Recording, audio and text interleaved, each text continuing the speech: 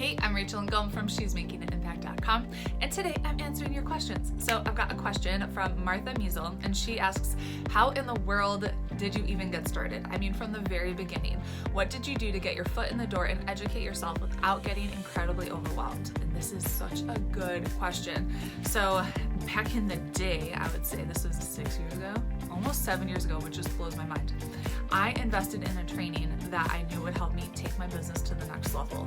If you're trying to piece together everything from YouTube videos and podcasts, you're gonna feel overwhelmed and you're probably not gonna get that far. And so the first big investment that I made was in a training course. It was a lot of money at the time, but I knew that this person was gonna teach me the systems and the things that I needed to know about social media so I could grow my business. So it was literally, I'm gonna learn from this woman, implement Facebook, implement Instagram, and grow my business that way. And so that worked really well, investing in that training. It took my business to a 6-figure business. I built my Facebook fan page to 50,000 followers. And that was how I got started in that business. To get started in this business where I'm teaching entrepreneurs how to use Pinterest, I hired a business coach.